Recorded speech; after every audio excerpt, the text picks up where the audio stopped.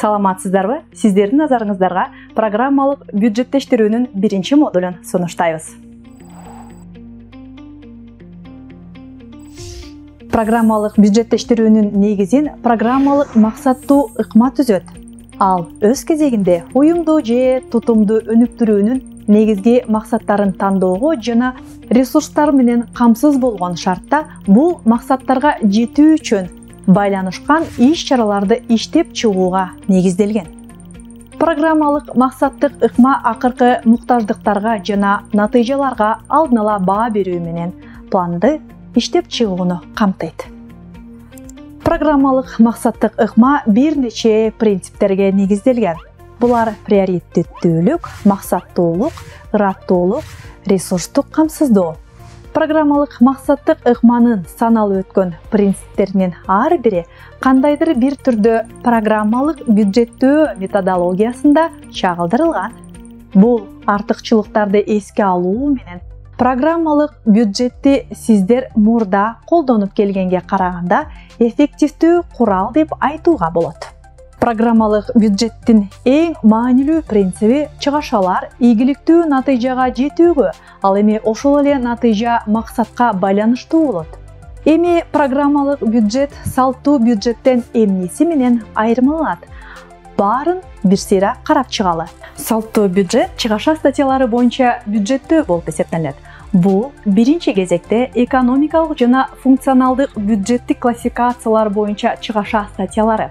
Канча деген суроо экономикалык классификацияны чагылдырып, чыгашалардын бөлүмдөрү, категориялары жана статьялары, төлөмдөр, товарларды жана кызмат көрсөтүүлөрдү сатып алуу, пайдалануу жана башка көрүнгөн жана кимге деген суроо функционалдык классификацияда чыгымдарды тармактар боюнча бөлүштүрүүнү көрсөтөт. Же ведомстволук мында чыгымдар конкреттүү мамлекеттик органдарга бөлүштүрүлөт. Программалык негиздеги бюджет ПНБ маанилүү суроону кошот. Эмне үчүн деген? Бул программалык бюджетте бардык чыгашалар байланышкан конкреттүү өлчөнгөн натыйжалардын картасы болуп саналат. Жумуштарды же кызматтарды өндүрүү үчүн ар кандай ийгиликтүү процесс 3 маанилүү компонентти камтыйт. Каржылык, материалдык, адамдык жана башка ресурстар. Ресурстарсыз мүмкүн эмес иш-чаралар жана башка жыйынтыктар эскерте кетүүчү жагдай. Бул ресурстардын катышуусу менен иш-чаралардын жүрүшүндө жетишилген конкреттүү өлчөнгөн көрсөткүчтөр. Салттуу бюджет менен программалык бюджеттин ортосундагы айырмачылыктарга кайрылып, өзгөчө белгилей кетүү керек. Салттуу бюджет дайыма экономикалык жана функционалдык бюджет классификациялары аркылуу ресурстарды жана иш-чараларды гана чагылдырып келген. Ал эми программалык бюджет бул схеманын жетишпеген жана абдан маанилүү бөлүгү натыйжалар менен толукталды. Натыйжалар программалык бюджетте бюджеттик классификациянын жаңы түрүнүн программалык бюджеттик классификациянын ажырагыс элементи болуп саналган натыйжалуулук көрсөткүчтөрү жана алардын маанилери түрүндө чагылдырылат. Программалык негиздеги бюджет дагы бир нече артыкчылыктарды камтыйт. Мисалы, чыгашаларды статьялар боюнча эле эмес, натыйжаларга жетүү багыттары боюнча көзөмөлдөө жана ошону менен мамлекеттик чыгымдардын натыйжалуулугун аныктоо мүмкүн. Орто мөөнөткө 3 жылга чыгымдарды жана натыйжаларды пландаштырса болот. Башкача айтканда, пландоо алысты көрө билүү, башкаруу эркиндиги, тармак ичиндеги артыкчылыктарды эске алуу менен каражаттарды башкаруу, аларды уюштуруу структураларын оптималдаштыруу мүмкүнчүлүгү. Мамлекеттик органдар жана алардын ведомстволук уюмдарды натыйжаларга жетишүүнүн кепилдигинин ордуна акча каражаттарын тескөө эркиндигин алышат.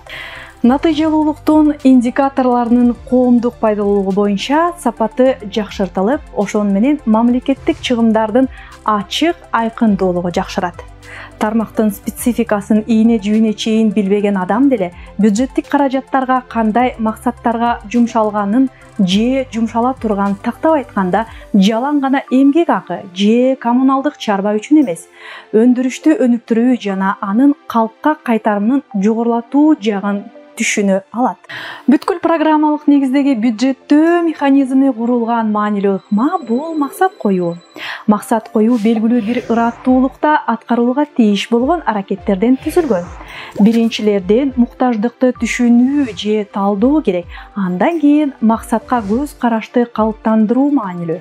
Андан соң гана иш аракеттер планын иштеп чыгуу керек. Иш аракеттер табылышы керек болгон ресурстардын жардамы менен ишке ашырылат.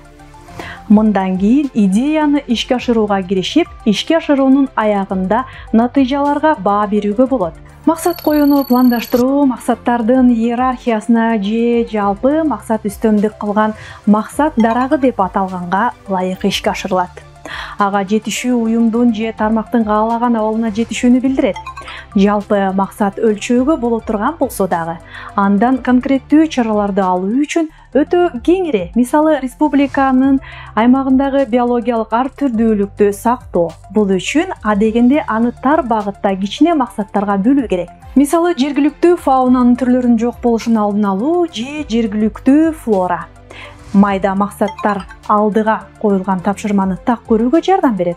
Ар бир майда максат үчүн бир нече тапшырмалар болушу мүмкүн жана алар өзгөчө корголуучу жаратылыш аймактарын, токой чарбаларынын негизги функциялары менен тыгыз байланышкан. Негизги функциялар өз кезегинде ишмердүүлүккө бөлүнөт. Ушул эле схеманы программалык бюджеттөөгө да колдонсок болот. Бул биз бюджетибизди максаттардын жана милдеттердин иерархиясынын айланасында да курабыз дегенди билдирет. Бул жерде да стратегиялык максат үстөмдүк кылып, андан кийин чараларды жана иш чаралардын деңгээлине бөлүнөт. Алкактын элементтери кийинки Кыргызстандагы программалык бюджеттик форматы негизги ыкмалар жана ченемдик укуктук база аталышындагы экинчи модульда кененирээк түшүндүрүп беребиз. Биз бардык негизги пункттар менен тааныштырдык, бирок маанилүү элемент айтыла элек. Ал натыйжалуулуктун көрсөткүчтөрү. Бул программалык негиздеги бюджеттин бардык деңгээлдеринин ажырагыс бөлүгү болуп саналат. Натыйжалар максаттардын өзү сыяктуу эле ар кандай деңгээлдерге бөлүнөт. Бул таблицада гана алар ылдыйдан өйдө карай ыраттуулукта берилген чаралардын жана иш чаралардын деңгээлинде биз аракеттердин түздөн-түз натыйжаларын көрөбүз. Алар эреже катары аткарылган иштердин же көрсөтүлгөн кызматтардын көлөмүн гана мүнөздөйт. Биздин тармак өзгөрө баштаганда аткарган ишибиздин таасири менен алга жылып, акырында негизги максаттардын деңгээлинде аракетибиздин натыйжасы болуп калганда, биз жогорку деңгээлдин татаал натыйжаларды аймактардын, өлкөлөрдүн же глобалдык аймактардын деңгээлинде көрөбүз. Программалык бюджеттөөнүн натыйжалуулугунун көрсөткүчтөрү бюджеттик чаралардын жана иш чаралардын натыйжалуулугунун көрсөткүчтөрүнө талаптар аталыштагы 5-модульда кененирээк талкууланат. Эми болсо Кыргыз Республикасындагы программалык негиздеги бюджеттин форматы, негизги ыкмалар жана ченемдик укуктук база аталышындагы 2-модульга өтөлү. Мында биз ПНБ кандай мыйзамдарга жана ченемдик актыларга баш ие тургандыгын жана программалык негиздеги бюджеттеги пландаштыруу жана аткаруу оңой болуш үчүн кандай көрсөтмөлөрдү аткаруу керектигин карап чыгабыз. Ченемдик укуктук базаны изилдөөдөн баштайлы. Программалык бюджеттештирүүнүн негиздери Кыргыз Республикасынын бюджеттик кодексинде белгиленген. Бул жерде бюджеттик программалардын жана бюджеттик чаралардын аныктамалары берилген. ПНБ республикалык бюджетти пландаштыруунун жана аткаруунун куралы катары каралат. Ошондой эле бюджеттик циклдын негизги этаптарында да айтылат. Бюджеттик кодекстин негизинде мыйзам алдындагы актылар министрлер кабинети тарабынан бекитилген нускама түрүндө иштелип чыккан. Алар ПНБны пландаштыруу жана аткаруу процессин камтыйт. Бул колдонмо материалдар бюджеттик чыгашалардын орто мөөнөттүү стратегияларын иштеп чыгууну, программалык форматтагы бюджеттик суроо талаптарды, ПНБны ишке ашыруу боюнча отчеттуулукту жана бюджеттик программалардын жана чаралардын натыйжалуулугун баалоону жөнгө салат. Жергиликтүү бюджеттер үчүн да ПНБ боюнча нускамалар иштелип чыккан. Бул жерде Кыргыз Республикасындагы ПНБ боюнча учурдагы негизги ченемдик документтердин тизмеси көрсөтүлгөн. Негизги документтер болуп, Кыргыз Республикасынын 2016 жылдын 16 майындагы номер 59 бюджеттик кодекси саналат. Инструкциялар эсиңиздерде болсо, бюджетти пландаштырууну жана аткарууну жөнгө салат. Пландоо инструкциясы Кыргыз Республикасынын Министрлер кабинетинин 2021 жылдын 24 декабрындагы номер 349 жарлыгы менен бекитилген. Ал ПНБга да саналуу, бюджетке да тиешелүү. Ал эми аткаруу болсо, мониторинг, отчеттуулук жана натыйжалуулук баалоо аркылуу жөнгө салынат. Аларды өткөрүүнүн тартиби менен Кыргыз Республикасынын Министрлер кабинетинин 2022 жылдын 1 августундагы номер 436 токтомунун таанышсаңыздар болот. Ошондой эле Кыргыз Республикасынын Каржы министрлигинин 2018 жылдын 23 июлундагы номер 69 П буйругу менен бекитилген жергиликтүү бюджеттер боюнча ПНБнын өзүнчө нускамасы бар. Белгилей кетсек, өзгөчө корголуучу жаратылыш аймактары жана токой чарбалар үчүн программалык негизде бюджетти түзүү, кароо жана аткаруу боюнча атайын иштелип чыккан инструкциялар бар. Булар тууралуу кийинки окуу модулда сөз болот. Эми Кыргыз Республикасында колдонулуп жаткан программалык бюджеттин структурасына, түзүлүшүнө өтөлү. Мурунку модулда айтылгандай, ал максаттардын жана милдеттердин иерархиясынын айланасында курулган. Биринчи кезекте тармактын стратегиялык максаты түзүлөт. Андан кийин бул максатка жетүү үчүн стратегиялык милдеттер аныкталат. Андан кийин бюджеттик программалар пландалып, алардын жардамы менен тармактын стратегиялык милдеттери аткарылат. Бюджеттик программалар өз кезегинде бюджеттик чаралардан турат. Программалык бюджеттин курамындагы ар бир элементти карап чыгалы. Стратегиялык максат иш жүзүндө стратегиялык пландаштыруу теориясындагы көз караштын аналогу болуп саналат. Муну биз жогоруда биринчи модулдун алкагында таанып, билгенибизди эске сала кетейин. Бул тармактын конкреттүү абалы, ал коомдук аң сезимдин каалоосуна ылайык келген жетишкендик болуп саналат. Ошондой эле тармактын стратегиялык максаты министрликтин деңгээлинде аныкталаарына көңүлүңүздөрдү бурабыз. Бул бүтүндөй министрлик үчүн бирөө гана. Эми стратегиялык милдеттер эмне экенин аныктоого аракет кылып көрөлү. Стратегиялык милдеттер стратегиялык максатка жетүү боюнча ишмердүүлүктүн негизги багыттарын чагылдырат. Бюджеттик программаларды аныктоо үчүн негиз болуп дал ушул стратегиялык милдеттер эсептелет. Көңүл буруңуздар, стратегиялык милдеттер министрликтин ыйгарым укугу болуп саналат. Ал эми стратегиялык милдеттердин бирин иштеп чыгууга биотүрдүүлүктү сактоо жана өзгөчө корголуучу жаратылыш аймактары департаменти же токой чарба кызматы катыша алат. Эми кезек бюджеттик программаларга келди. Бюджеттик программалар министрликтин жана анын ведомстволук уюмдарынын кынтыксыз бардык аракеттерин камтыйт. Ар бир бюджеттик программанын өзүнүн максаты болуш керек.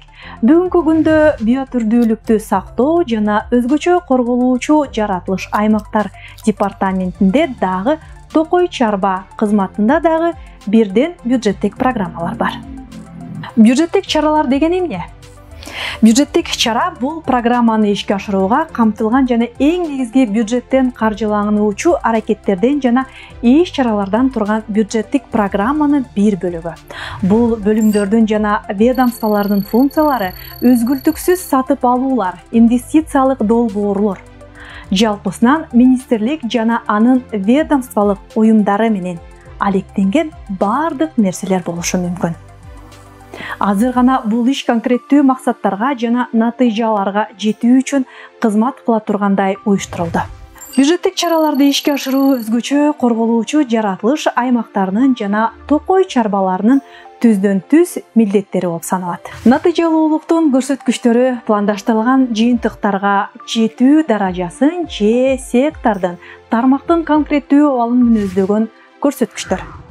Натыйжалуулуктун индикаторлору сектордун тармактын максаттарына жетүү үчүн эталондук көрсөткүчтөр катары же министрликтин жана анын бөлүмдөрүнүн ишин баалоо критерийлери катары колдонулат. Мен алар жөнүндө 5-модулда кенен айтып берем. Эми сиздер үчүн программалык негиздеги бюджетти түшүндүрүүгө жардам бере турган нускамага өтсөк. Өзгөчө корголуучу жаратылыш аймактарынын жана токой чарбалары үчүн ПНБны пландаштыруу жана ишке ашыруу боюнча маалымат берүүнүн бирдиктүү стандарттары болгон эмес. Жаңы нускамада ÖКJA үчүн бул министрдин 2022 жылдын 5-декабрындагы номер 265 буйругу ушундай формат белгиленген. Учурда мамлекеттик органдардын ПНБ менен иштөөдө кандай жалпы көйгөйлөрү бар?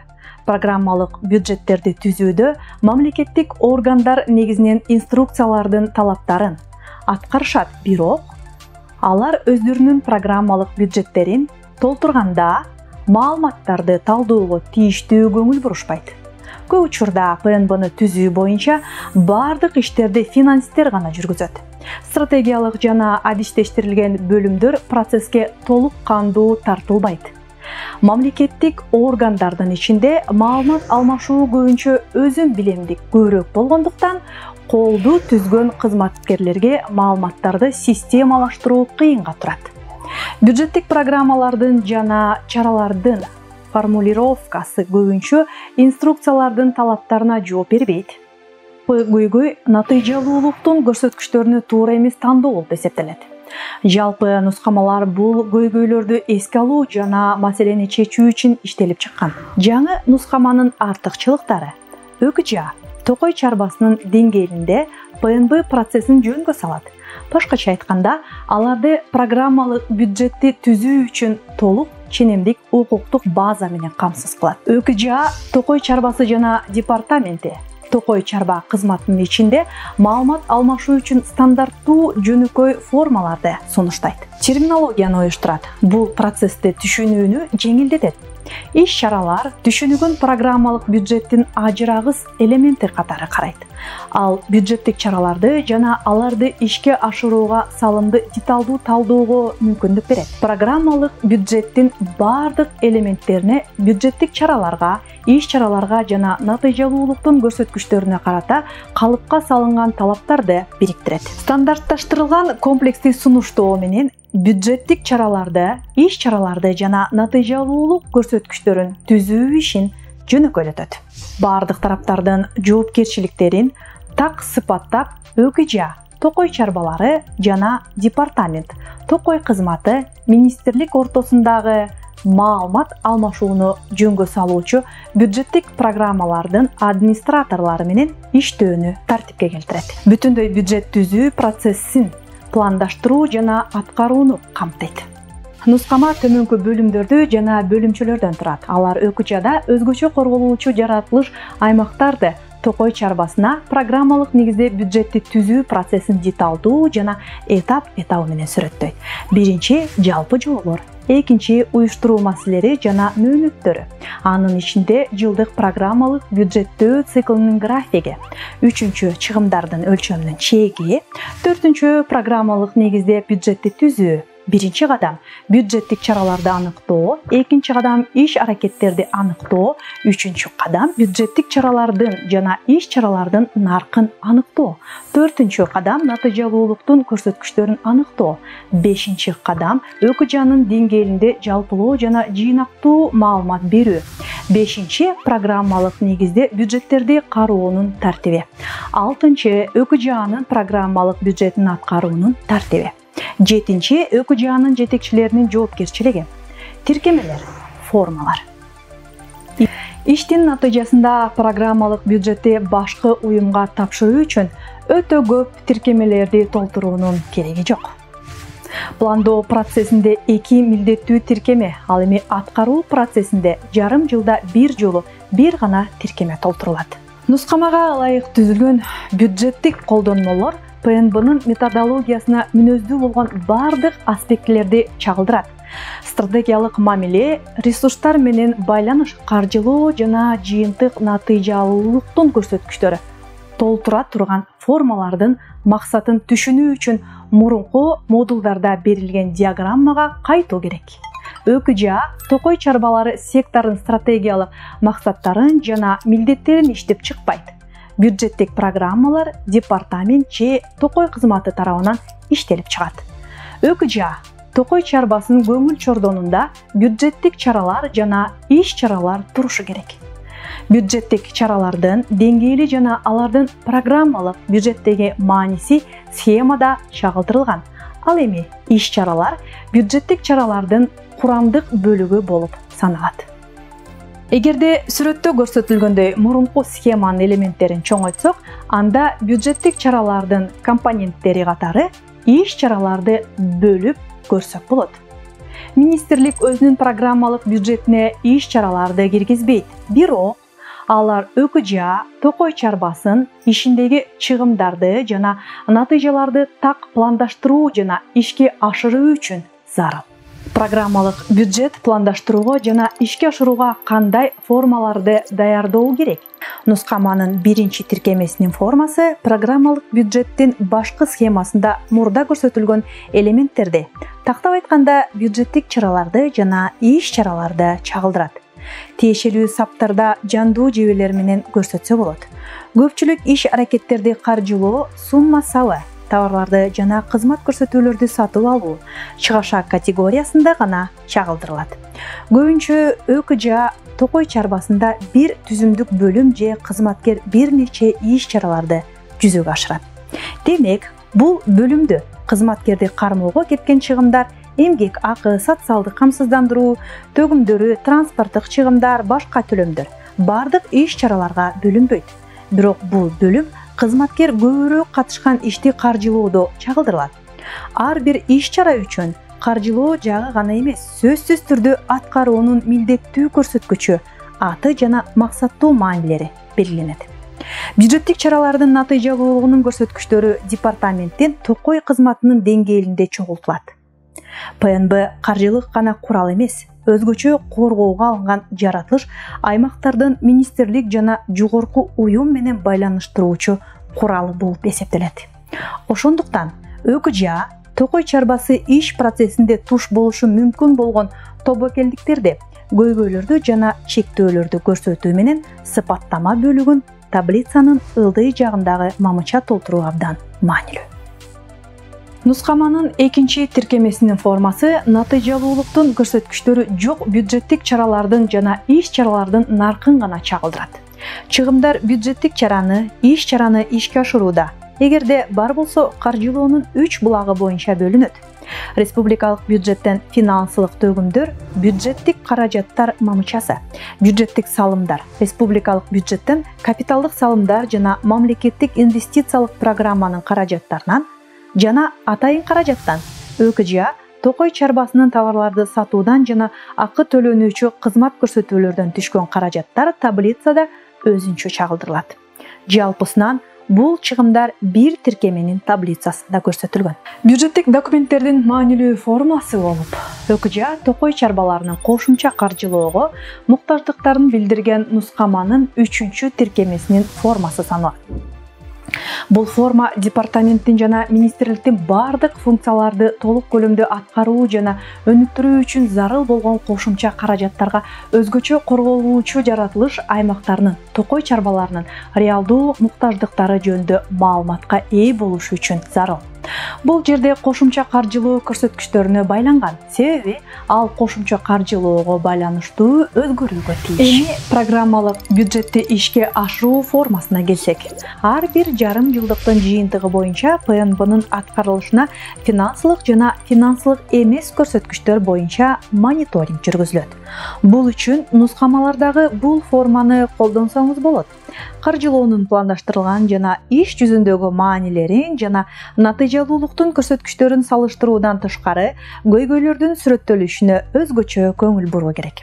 Таблицанын ылдый жагындагы мамыча ушундай жол менен четтөөлөрдүн себептери талдалат. Ошондой эле бул жерде көйгөйлөрдү чечүү боюнча өзүңөрдүн сунуштарыңарды дагы калтырсаңар болот. Бирок туура байланышты камсыздоо үчүн бюджеттик чараларды жана иш чараларды туура түзүү зарыл. Келгиле, бул бөлүмдү изилдеп көрөлү. Ошентип 4-модулга өтөбүз. Бул схема буга чейин видео курста бир нече жолу келтирилген. Бул модулда ÖKJA токой чарбалар үчүн программалык бюджеттердин министрликтин бюджетинин программалык түзүмүнө кантип туура келерин көрсөтүү үчүн камтылды. Сектордун стратегиялык максаттарынын жана милдеттеринин калыпка келтирүү талаптары, чечимдери кабыл алуунун жогорку деңгээли үчүн көбүрөөк мааниге ээ жана бул модулда негизинен бюджеттик чараларга жана алардын иш чараларына басым жасалат. Бюджеттик программалар, алардын максаттары, каржылоосу жана көрсөткүчтөрү министрликтин жана ведомствонун деңгээлинде аныкталгандыгына карабастан, аларга карата талаптар ПНБнын жалпы логикасын көрсөтүү үчүн бул модулда берилиши керек. Бюджеттик программа министрликтин стратегиялык милдеттеринин биринин аткарууга каралган негизги иш багыттарынын бири чагылдырылат. Бул жерде бюджеттик чараларга тиешелүү болгон эки жагдайга өзгөчө көңүл буруу керек. Каржылоо бул бюджеттик программа же чара эмес. Анткени каржылоо үчүн каржылоого мүмкүн эмес. Андыктан бюджеттик программалардын, чаралардын жана иш чаралардын аталыштарында ошондой эле натыйжалуулук көрсөткүчтөрүн аныктоодо эч кандай каржылоо деген сөздү колдонбоңуз. Ал эми экинчи маанилүү жагдай коомдук мааниге ээ. Бюджеттик программалар жана бюджеттик чаралар министрликтин өзүнүн же ведомстволук уюмдун ишин камсыз кылууга багытталышы мүмкүн эмес. Каржылоо үчүн каржылоо болбогондой эле иш аракет үчүн да иш болушу мүмкүн эмес. Программанын бюджетинин элементтери уюм үчүн эмес, акыркы колдонуучу үчүн пайдалуулугун көрсөтүшү керек. Программаларды түзүүнүн мисалын жаратылыш ресурстары министрлигинин учурдагы программалык бюджетинен алсак болот. Био ар түрдүүлүктү сактоо программасы жана бул бюджеттик программанын максаты аныкталган. Ал биологиялык ар түрдүүлүктү сактоо жана жакшыртуу. Анын ичинде флора менен фаунанын сейрек кездешүүчү жана жоголуп бара жаткан түрлөрүнүн популяцияларынын санын калыбына келтирүү. Кыргыз Республикасында биологиялык ар түрдүүлүктү пайдалануу. Бюджеттик чаралар бөлүнгөн бюджеттик ресурстарга ээ жана иштин аткарылышынын натыйжалары түзүлгөн бюджеттик программаларынын курамдык бөлүгү болуп саналат.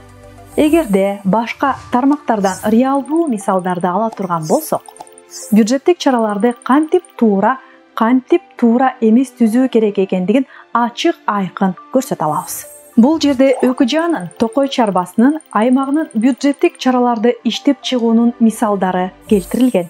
Эң ириде административдик мүнөздөгү бюджеттик чараларга көңүл буруу зарыл. Жаратылыш ресурстары министрлигинин биологиялык ар түрдүүлүктү сактоо боюнча бир гана бюджеттик программасы болгондуктан, бюджеттик чаралардын бири анын чыгашаларын чагылдыруу менен департаменттин ишине түздөн-түз тиешелүү. Бул бюджеттик чара таблицада 1-мамычада, ал ÖKJA токой чарбасы үчүн бюджеттик документ болуп эсептелбейт. Эми бюджеттик чараны карап көрөлү. Таблицада 2-мамыча. Ар бир бөлүм анын ичинде өзгөчө корголуучу жаратылыш аймактары, бүтүндөй уюмдун иштешин камсыз кылган административдик иш чараларды жүргүзөт. Башкача айтканда, бир эле учурда бардык багыттарга таасир этет. Мындай иш чаралардын чыгымдарын бюджеттик чаралар боюнча бөлүштүрүү өтө кыйын. Анткени алар функционалдык профилдик чөйрөдө топтолгон эмес. Бул жетекчиликти, бухгалтердик бөлүм, кадрлар бөлүмүн, юрист жана башкалардын чыгымын жабууга каралган. Мындай чыгымдар программалык бюджеттен түшүп кетпеш үчүн алар административдик бюджеттик чарага бириктирилет. Ал биздин учурда координация жана өзгөчө корголуучу жаратылыш аймактарынын ишин уюштуруу деп аталат. Калган бюджеттик чаралар 3-6-мамычада. Биздин мисалда ÖKJA токой чарбасынын ишин функционалдык негизги багыттарын, ага байланыштуу чыгымдарды жана натыйжаларды чагылдырат. Бюджеттик чаралар иш чараларга бөлүнөт. Аларды аныктоо ÖKJA токой чарбасындагы иш чараларды пландаштыруу жана көзөмөлдөө үчүн зарыл. Бюджеттик чаралар түздөн-түз мамлекеттик кызматтарды көрсөткөн уюм үчүн өтө чоң категория болуп саналат. Мурунку модулдардын биринде айтылгандай, ПНБ боюнча нускама департамент менен ÖKJA Токой чарбасы тарабынан атайын түзүлгөн бюджеттик чаралардын жана иш-чаралардын атайын түзүлгөн тизмеси менен коштолот. Бул жерде мисалы өзгөчө корголуучу жаратылыш аймактарынын программалык бюджетинин максат дарагынын логикасын түшүнүү үчүн бул тизмедеги айрым бюджеттик чаралар жана иш-чаралар келтирилген. Өзгөчө көңүл бурууну талап кылган жана изилденбеген бир бөлүм калды. Ал натыйжалардын көрсөткүчтөрү. Бул темага 5-модульда кеңири токтолобуз.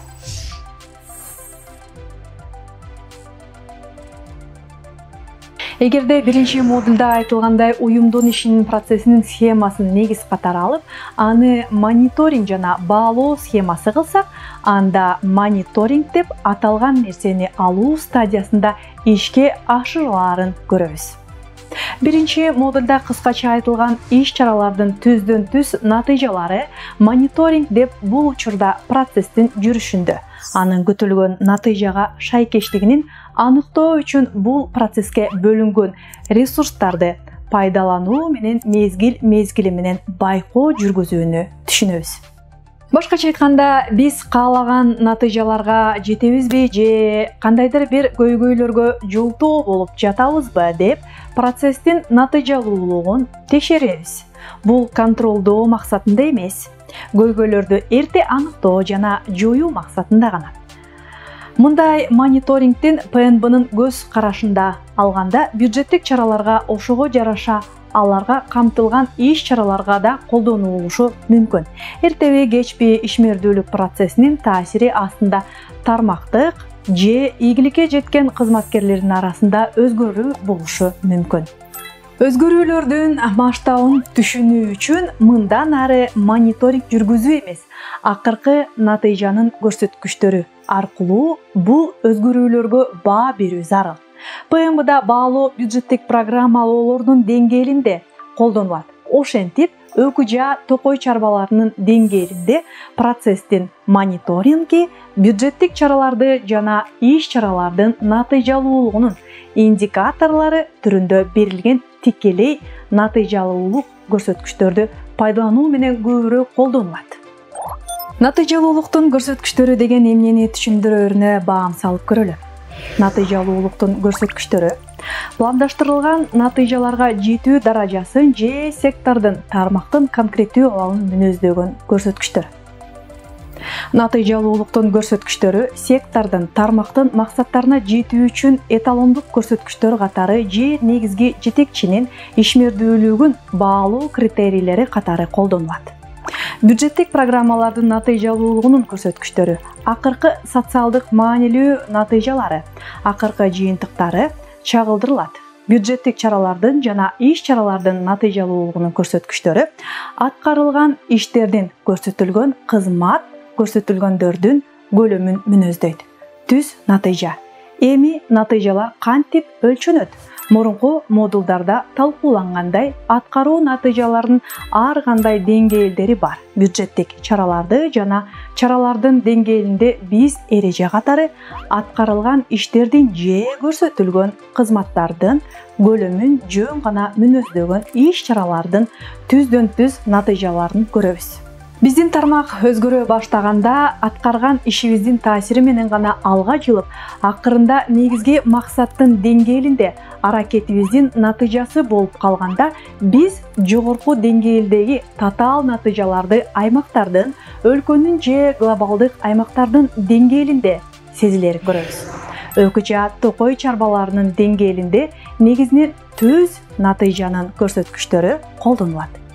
Башкача айтканда, бул бюджеттик чаралардын жана иш-чаралардын натыйжалуулугунун көрсөткүчтөрү. Улуктун көрсөткүчтөрү туура түзүлгөн аталыштан тышкары максаттуу пландоо учурунда жана иш жүзүндөгү аткаруу учурунда санариптик маанилерге ээ болушу керек. Маанилер санариптик гана болушу керек. Абсолюттук маанилер же пайыздар, иш-чара өттү жана башка ушул сыяктуу аяктаган иш-аракеттердин маанилерин колдонууга жол берилбейт. Баалуулуктар эгерде каржылоо мүмкүнчүлүк берсе, максатка жакындаган сайын өзгөрүп динамикалык болушу керек. Баалуулуктар каржылоого көз каранды болуусу шарт. Эгерде каржылоо азайса, анда натыйжа өсө албайт. Каржылоо жок, жыйынтык жок. Башка тармактардан мисалдарды карап көрөлү. Бюджеттик чаралардын жана иш-чаралардын натыйжалуулугунун көрсөткүчтөрү аткарылган иштердин, көрсөтүлгөн кызмат көрсөтүүлөрдүн көлөмүн жана алардын сапатын мүнөздөгөн тике натыйжалардын көрсөткүчтөрү болуп саналат. Мисалы, аткарылган иштердин саны, мисалы, оңдолгон жол, участоктардын узундугу, кызмат көрсөтүлгөн кардарлардын саны, мисалы, эмдөөлөрдүн саны, сарпталган каражаттардын суммасы, иш-аракет каржыланып жаткан жерде гана, мисалы, жөлөк пулдарды бөлүштүрүүдө, өндүрүмдүк, мисалы, өткөрүү жөндөмдүүлүгү, тейлөө убактысы, эмгек өндүрүмдүүлүгү, кызмат көрсөтүүлөрдү керектөө, мисалы, 10 000 калкка саламаттык сактоо мекемелерине баруулардын саны, кызмат көрсөтүүнүн сапаты, стандарттарга шайкештик, изилдөөнүн натыйжалары иш-чараларга караганда бюджеттик чараларга көбүрөөк колдонулат. Эми натыйжалуулуктун көрсөткүчтөрүн тандоодо эске алынышы керек болгон талаптарды карап көрөлү. Бул үчүн мүмкүн болгон каталардагы ачык көрсөтүү үчүн биз дагы бир жолу ар кандай тармактардан мисалдарды келтиребиз. Биринчи талап — министрликтин, ведомствонун ыйгарым укуктарын жана компетенцияларын сактоо.